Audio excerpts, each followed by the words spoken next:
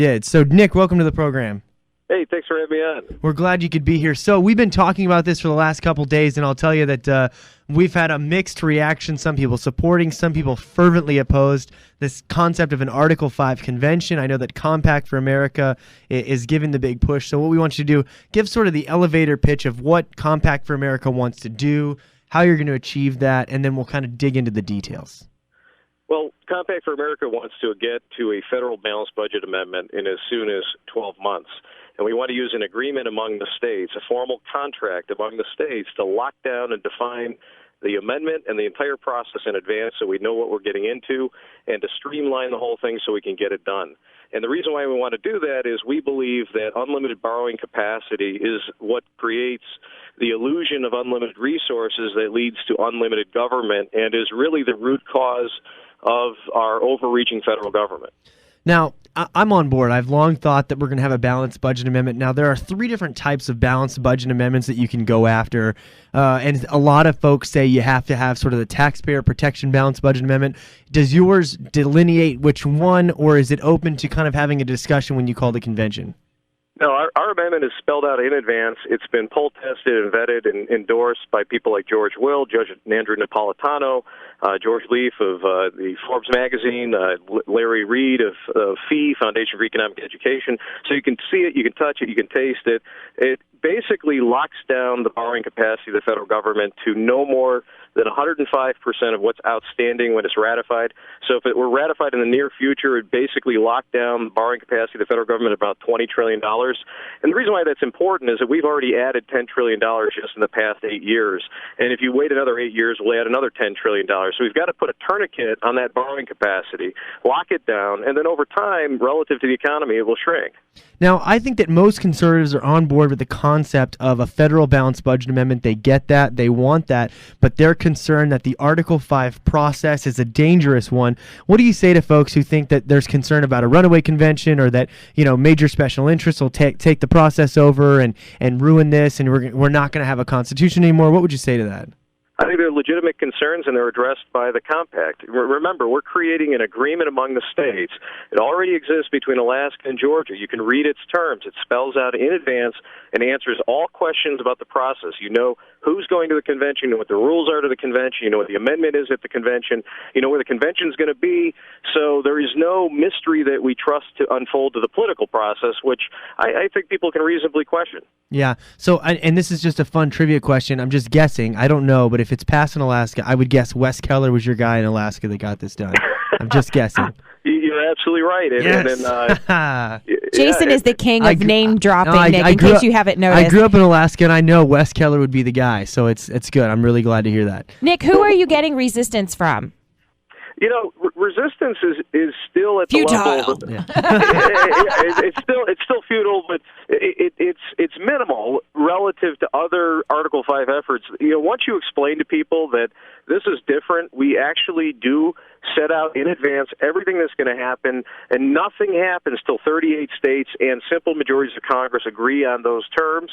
It tends to settle the minds. Now, there are a handful of people who oppose it, and they oppose it, you know, for the standard and the fear that if you have the word convention in anything, no matter how you structure it, it will just run wild. But people see how marginalized that opinion is when you can walk them through the 10 pages of this, you know, bill that's been passed and show them how this is, you know, the governor or at most 3 other people are designated as delegates. The convention's a 24-hour convention. It's limited to an up or down vote on this particular amendment. If anyone tries doing anything else, they're automatically forfeited in their authority to act. All the states that agree to it agree not to recognize any other amendment proposal other than the one that we're advancing. You know, so once you walk them through the safeguards, the specifics, and then the amendment, you tend to dissolve 90% of the opposition. Are you shooting for a specific timeline? 12 months, right? Is that... We've designed this so that you can get it done in as soon as 12 months, by that is you can get everything done in one session as long as you can get 38 states on board. Now, we need 36 more states, and we need simple majorities of Congress. But the good news is we already have bills dropped in places like Arkansas, where you're at, places like North Dakota, Wyoming, Oklahoma, Arizona. We're anticipating at least 5 to 10 other states. And in Congress, the bill is drafted to activate the compact. It can actually be run today, even with just 2 states in the compact. Really? Yes.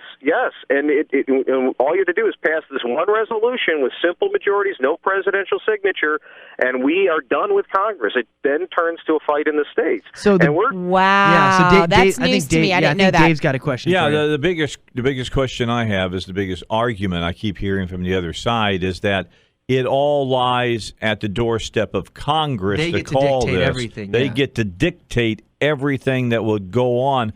I say no. They say yes. What say you? Well, legally, under the original understanding of the Constitution, Congress should have no role other than to just ministerially call the convention and stand back. But practically, you have to anticipate they're not going to follow the Constitution, and that is why the compact approach is superior. You actually occupy all of the logistical spaces that Congress might try to sabotage in advance in the compact, and then you use this one resolution that both calls the convention in accordance with the compact and pre-selects legislative ratification. You use this one resolution to get in and out of Congress anytime you want, and so you have an entirely different tactic than the usual approach. You can actually try to co-opt Congress and get them out of the way. And so that's, we don't just have to confront Congress and hope we win in court. We can actually tell them, look, here's a way for you with simple majorities to get an amendment done instead of the usual 2/3 of each house. Guess what? You just got simple majorities elected. What are you going to do with that? Balanced budget. But now amendment. is the time. Yeah. Okay. Absolutely. So we're going to take a short break. When we come back, we're going to keep diving into this issue because I've got a couple, we get into some of the weeds arguments with some of the folks who are opposed to this. And like we said, there's legitimate concerns on the other side. But I really do. I've researched this, especially the way you've laid it out here. And I think that there's legitimate solutions to the problems they raise. And so I want to talk about specifically some of the comments we got on Facebook or on Twitter. And if you want to call and ask Nick a question, 823-0965. We've got Nick Dranias calling from Compact for America. You can tweet us at 965 The Voice, and of course our Facebook.com/965 The Voice. We're joined on the phone with Nick Dranias from Compact for America, talking about the concept of Article 5 and what it does to give us the power. We had a caller call in, Kim from Little Rock, Kimberly. I wanted to make sure if you're still on the line, you can ask your question to Mr. Dranias. Yes, sir. Still here. All right, so go ahead. He can hear you and ask your question of him. Okay, so I haven't had really much time to look into it. Just kind of heard about it all yesterday on your show. Mm-hmm. And my question is this going to bring us closer to the original republic where we should be, where we need to be, and out of the hands of big government? I mean, is this going to put us back closer to where we need to be? Yeah. Well, Kimberly, we appreciate the call, and we're gonna let Mr. Dranias address that directly. Absolutely.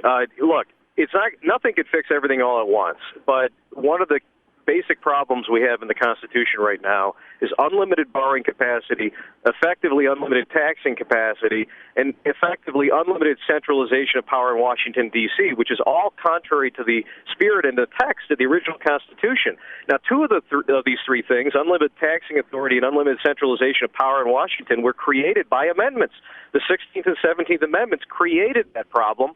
And so what's great about our balanced budget amendment is we impose a limit on borrowing capacity, we impose a limit on taxes, and we reintroduce states into national policymaking. If there's going to be any increase in the federal debt beyond what the Constitution fixes, they have to get approval from 26 state legislatures within 60 days. So that reintroduces the states into national policymaking in a big way when you're borrowing nearly half of your discretionary spending. See, because this really does address, a lot of people say on the balanced budget amendment, well, if we go to war, World War III starts, we can't finance it. But I think if this is a legitimate crisis, there's a legitimate situation, going to 50 plus 1 of the states, 50% plus 1, they're going to be on board. So it addresses the problems that people have had in the past, while also, like you said, putting a check on the federal government. Yeah, the key thing is, look, you can't let Congress, the debt addict, decide when it's going to accept itself from the balanced budget amendment. You have to have external discipline, and the original founding design was for the states to provide that external discipline. So there's no more natural place to put the power to veto or approve any increase in this borrowing capacity than in the states. Yeah, so we had a couple comments come in on the Facebook. The first one says, maybe Mr. Dranias can explain erasing arguments before the Supreme Court on taxes that can be ruled unconstitutional, as well as taking away budgetary power of Congress and giving it to the president. What do you say to that? Well, both of those things are not valid points because, of course, we're talking about a constitutional amendment. A constitutional amendment is a controlling of the Constitution. So anything this amendment provides for, the tax limit, the debt limit, the involvement of the states in either vetoing or approving any further borrowing, all of that will be, by definition, constitutional. In terms of the president having borrowing or budgetary authority, he's misunderstanding the amendment. One of the things we do with this amendment is we regulate the game of chicken that President Obama and other presidents have been using to force people to lift the statutory debt limit. You may recall that every time we get to the debt ceiling, the president puts a gun to grandma's head, and then everybody caves.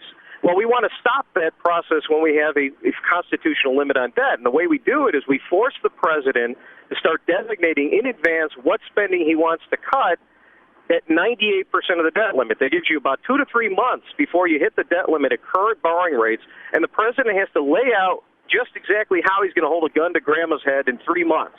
And then, rather than giving Congress no option but to try to repeal that appropriation, which requires the president to sign off, which he never would do, we simply allow Congress to overturn that, to basically substitute the president's spending reductions with their own within 30 days with simple majorities, no presidential signature. So we actually are regulating the abuse of the impoundment process that the president uses all the time that gets Congress to cave all the time. We have fixed that problem. Yeah. So this essentially addresses the whole Federal Reserve crisis that we find ourselves in. The fact that if we didn't have the Federal Reserve to lean on, that we would be seeing the same kind of financial troubles that we're seeing on the other side of the pond. And one of the things that I hear some of my own in the conservative base say is that they're afraid that the left is going to work in some kind of negotiation here, a give and take, that if we allow this conversation to happen, that we would be giving up some other liberties in favor of this amendment. What do you say to that? Well, that can't happen using this compact. The compact is strictly limited to voting up or down in 24 hours this particular amendment. If anything else happens, if anything else is even suggested, if they don't even follow those rules in voting them into place as the first order of business, everyone there automatically loses their legal authority to act immediately and by law. And so, the left could try to do that, or the anti-constitutionalists. There's some folks on the left that don't oppose a balanced budget amendment, so I don't want to call it the left. But the anti-constitutionalists may try to lure people away from this target, and the only thing that they'll succeed in doing is shutting the whole process down. So the compact is designed in advance. The rules of the game are decided ahead of time. There are no backdoor deals here. It's impossible to have any backdoor deals without killing the process. We've designed it to shut itself down. It's a kill switch if they go anywhere else. All right, one last question for you. I'm going to turn it back over to Jason. There's a lot of folks who... We had 2 minutes? Yeah, 2 minutes. Okay, there's a lot of folks that are making the argument, which I think is kind of a valid one, that says that, look, we've got a great Constitution already, and the people in leadership aren't following it. So changing that Constitution isn't going to change the course that we're on because they're not respecting the Constitution that we have. What is your response to that argument? That's like saying we don't need murder laws because people commit murder. Look, laws are not perfectly followed. What you do with laws is you set boundaries and you create deterrence. And a good law will have better boundaries, clearer boundaries, and better deterrence. A good amendment will do the same. So it's just not true that you can expect any law to be perfect, but you can expect a well-drafted law to encourage people to do the right thing. And that's what our amendment does. All right, Dave's last got a question for you. Last question. And this is what I tell the anti-compact people is this. If we don't go here to try to change what's happening in our country, the only other avenue you have is bloodshed. Absolutely. That, in the end, is the last peaceable method of deconcentrating, of decentralizing this consolidating political class in Washington that is inevitably going to lead to tyranny. Because don't kid yourself, we're here because of problems in the Constitution. Because of the 16th and 17th Amendments, we have a Constitution that allows for unlimited taxation, unlimited centralization of power, and from the beginning, we've had unlimited borrowing capacity. You put those three flaws together, and over time, you're going to get big, overreaching federal government, and only an amendment can fix it. Yeah. Nick, do you have a website people can go to learn?